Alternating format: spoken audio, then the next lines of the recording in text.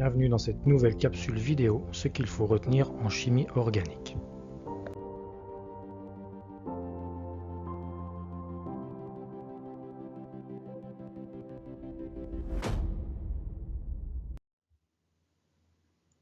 Bonjour à tous.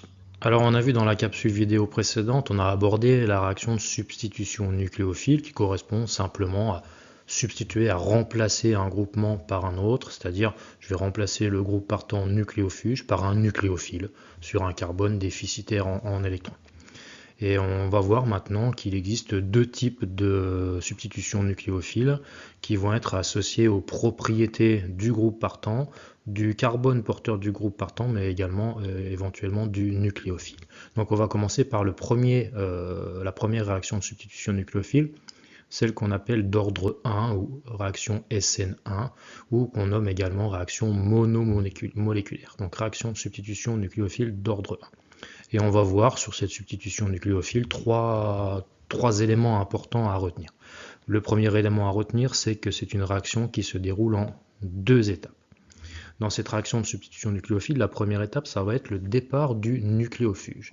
Ça veut dire quoi? Ça veut dire que j'ai mon carbone porteur du groupe partant. Eh bien, la première étape, c'est ce groupe partant qui va partir tout seul, et j'ai mon nucléophile qui va attendre tranquillement que la place soit libérée pour aller se fixer sur le carbone. Donc c'est une première étape de réaction qui est une réaction relativement lente, et la vitesse de réaction de la SN1 ne dépend que du nucléofuge, c'est-à-dire du groupe partant. C'est pour cela qu'on appelle ça une réaction d'ordre 1 ou réaction monomoléculaire. La vitesse de la réaction ne dépend que de la concentration du composé porteur du groupe partant. Donc c'est comme je l'ai dit, une réaction qui est lente et réversible. Lente parce que le groupe partant il va partir tout seul, mais il n'a pas forcément envie de partir, et c'est réversible parce qu'une fois qu'il s'en va, il a envie de revenir directement sur le carbone qu'il vient de libérer. Donc réaction lente et réversible. Et qu'est-ce qui va se passer? Départ du groupe partant, il va partir évidemment avec les deux électrons de la liaison, puisque dès le départ, tu as affaire ici à un groupement électro-attracteur qui pompe déjà les deux électrons qu'il fait avec la liaison qu'il fait avec le carbone voisin. Et il va partir avec les deux, bien entendu. Le résultat de cette opération, c'est le groupe partant est parti avec les deux électrons, il devient bien entendu chargé négativement, et le carbone, il a perdu l'électron qu'il avait mis en commun avec ce groupe partant initialement. Il devient donc carbocation, carbone chargé positivement, il a des deux électrons en moins, c'est un carbone qui est entouré uniquement de 6 électrons. Donc, deuxième élément important à retenir sur la SN1, c'est le passage par cet intermédiaire carbocation. Donc, réaction en deux étapes, ça nécessite forcément le passage par un intermédiaire, s'il y a deux étapes. Et ce qui est important, c'est que cet intermédiaire particulier est le carbocation. Donc, on va voir l'importance qu'il a par la suite. Donc, une fois que j'ai fabriqué mon carbocation, eh bien, la place, elle est libre sur le carbone pour pouvoir subir l'addition du nucléophile qui attendait tranquillement que le nucléofuge soit parti. Donc la seconde étape de la SN1, c'est une réaction d'addition du nucléophile sur le carbone déficitaire en électrons sur le carbocation. Et là, il s'agit maintenant d'une réaction extrêmement rapide. J'ai un riche dans le milieu, c'est le nucléophile. J'ai un électrophile très fort, ici c'est le carbocation. Donc la réaction va être extrêmement rapide. Donc, ce qu'il ne faut pas oublier, ce carbocation au niveau de l'intermédiaire, c'est que c'est un carbone qui est bridé sp2, et on l'a vu ensemble, les carbocations, ils sont plans. Ce qui veut dire que ce carbocation-là possède deux phases d'attaque pour le nucléophile, soit à partir de la gauche, soit à partir de la droite. Donc dans mon exemple à moi, le nucléophile va pouvoir s'additionner sur le carbocation, soit par ce mécanisme réactionnel-là en provenant de la gauche du carbocation pour donner un produit de réaction, c'est le produit de substitution nucléophile. J'ai bien fait partir le groupe partant et j'ai introduit le nucléophile à la place. Et l'autre possibilité, statistiquement, il y a autant de chances que le nucléophile puisse approcher par l'autre côté, par l'autre phase du carbocation, pour donner un autre produit éventuellement différent, produit de substitution. Donc on a affaire dans la SN1, à cause du passage par le carbocation qui est plan, on a potentiellement la fabrication de deux composés différents. Donc c'est ce qu'on va voir maintenant.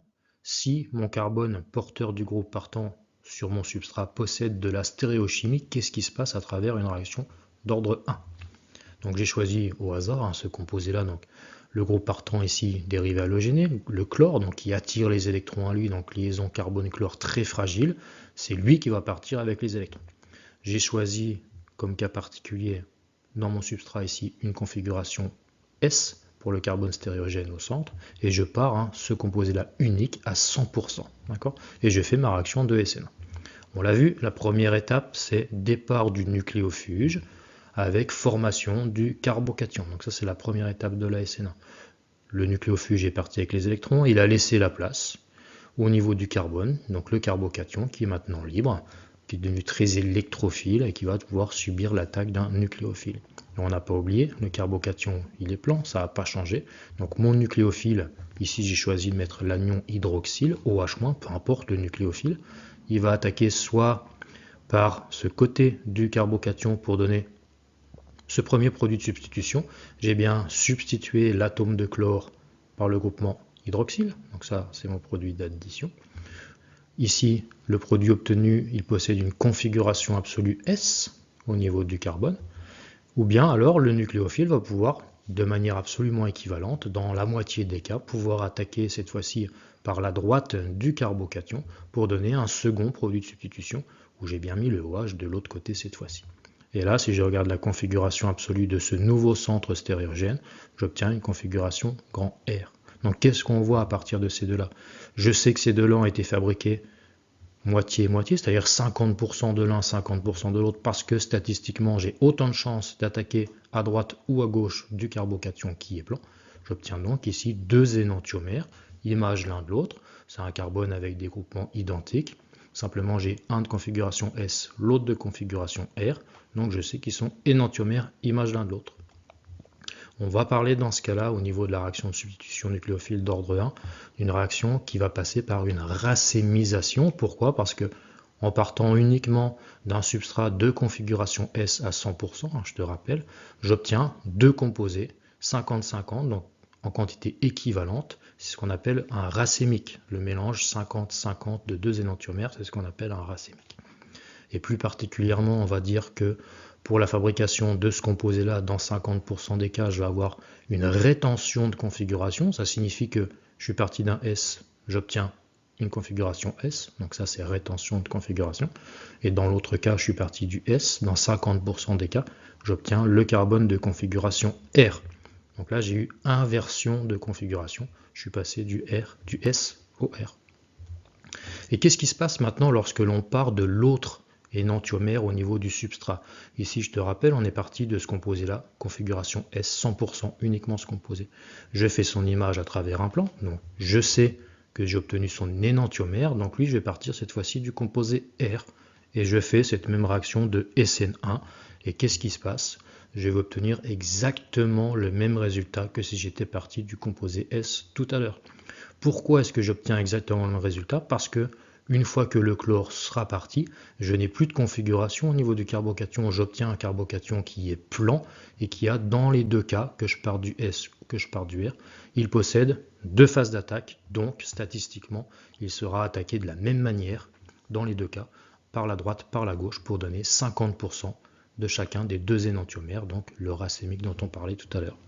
C'est-à-dire que le troisième point qu'il faut retenir sur la substitution nucléophile d'ordre 1, on va dire d'elle que c'est une réaction non stéréospécifique. Qu'est-ce que ça veut dire non stéréospécifique? Ça veut dire que la stéréochimie des produits de la réaction, elle est totalement indépendante de la stéréochimie du substrat. Donc là, tu vois bien que je parte soit du S, soit du R, j'obtiens dans les deux cas exactement le même mélange au final, les deux produits énantiomères 50-50. Donc non stéréospécifique, ça veut dire que la configuration des produits de la réaction ne dépend pas de la configuration des substrats de départ. Et de plus, j'obtiens un mélange 50-50, donc j'obtiens la totalité des composés qui sont prédits par la théorie, c'est-à-dire j'obtiens un carbone stériogène. La théorie, elle te dit, avec un carbone stériogène, tu peux obtenir deux stéréoisomères de configuration. Et là, j'obtiens les deux 50-50, donc je ne suis pas stéréospécifique.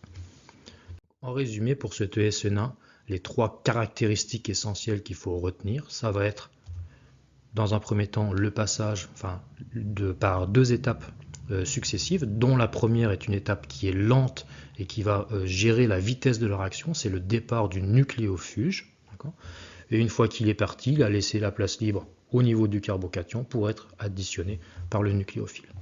Donc la deuxième élément, enfin le deuxième élément clé, ça va être le passage par ce carbocation intermédiaire, et surtout bien retenir qu'il possède deux faces d'attaque, ce qui conduit directement au troisième point essentiel à retenir, c'est au côté non stéréospécifique, c'est-à-dire qu'à cause de ce carbocation qui est plan, eh bien j'obtiens à la fin obligatoirement un mélange de deux stéréoisomères, dans notre exemple ici par exemple deux énantiomères, où je vais avoir à la fois rétention et inversion de configuration pour obtenir un racémique. Et ça, quel que soit mon produit de départ, si je pars du S ou je pars du R, j'obtiens exactement le même résultat au niveau de la réaction de substitution nucléophile d'ordre 1.